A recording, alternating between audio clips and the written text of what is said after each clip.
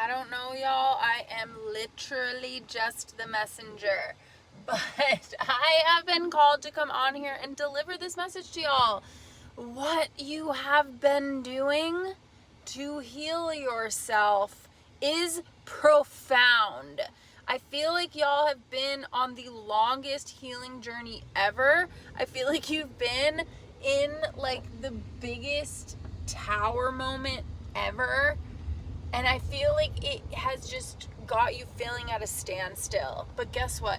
You're not in a standstill. Your guides literally want you to know that you've dismantled so many parts of your past self that you're almost kind of here like, wait a second. I've dismantled so much that now I have to like rediscover who I really am. That now I have to rediscover what really lights me up. What are my passions? Who am I when I'm not providing for other people? You're not in a standstill. You're actually just in a required period of time after doing what seems and feels like so much shadow work, you guys. Your guides want you to know that you have taken a big leap of faith, and it is now time to trust that the air will hold you just as much as you trusted the leap. I feel like this collective has in the past benefited from very quick decision making, has benefited from changing up the whole trajectory of your life, like when things start to feel a little bit intolerable. And in the past, this has worked out for you. Making knee-jerk decisions to change very large things in your life very abruptly has worked out in your favor. But your guides want to remind you that your soul has graduated. You're not going to benefit from those same things anymore, because what your soul now craves is groundedness, is stability, and is safety. So no wonder why you feel unstable coming after dismantling all of these old thought patterns, behavioral patterns. Like, you've literally dissected, like, why do I react in certain ways to certain scenarios? Why do I choose to engage in this behavior when XYZ happens? Why do I want to run when things get hard? Like, you've sat in uncomfortable energy for a really long time. Your guides literally want you to know that your blessings are basically hanging in the ether with you. What I see is like you suspended in midair, but like you're on a fluffy white cloud and you're safe there.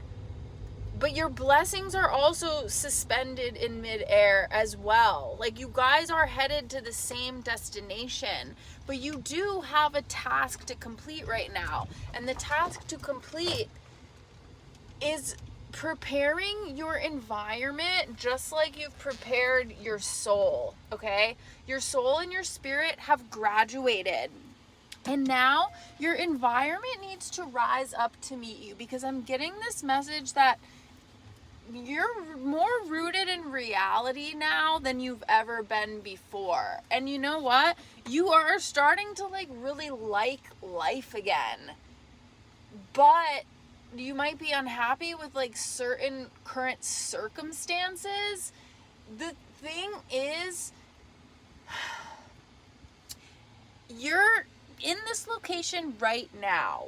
You need to start telling your mind, like, this is where we're at right now, and it's time for basically like things in your environment to start to rise up and meet this new higher frequency of you.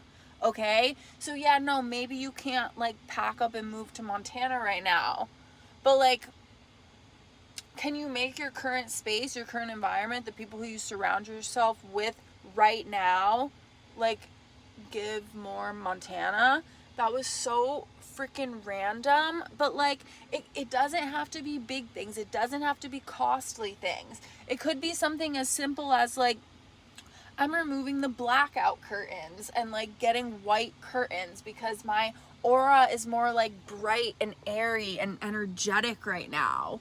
that like I don't need to be surrounded by this darkness anymore. It's not that you need to abandon your current life, because you're not in an energy of abandonment anymore. You're in an energy of anchoring. And while you're in the air, you are safe. You can still start placing some anchors.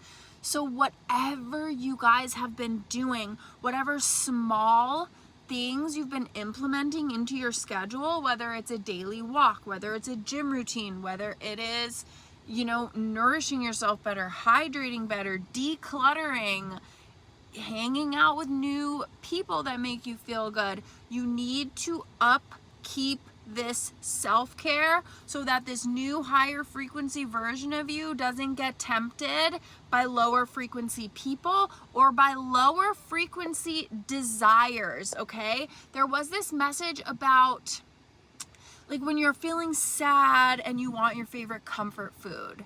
Well, when your soul is sad, it wants to go back to a version of you that you were comfortable in for a long time. But you're not going to benefit from going back to any lower frequency version of you. Your desires aren't the same anymore. Your coping mechanisms aren't the same anymore. And your routines for spiritual and energetic upkeep are not the same anymore.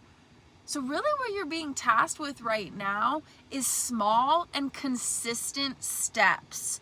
Small and consistent steps so that when your blessings, which are honestly floating really close to you on like a parallel cloud right now, once you guys meet in the air and anchor together, you will be in the frequency needed to hold them stably.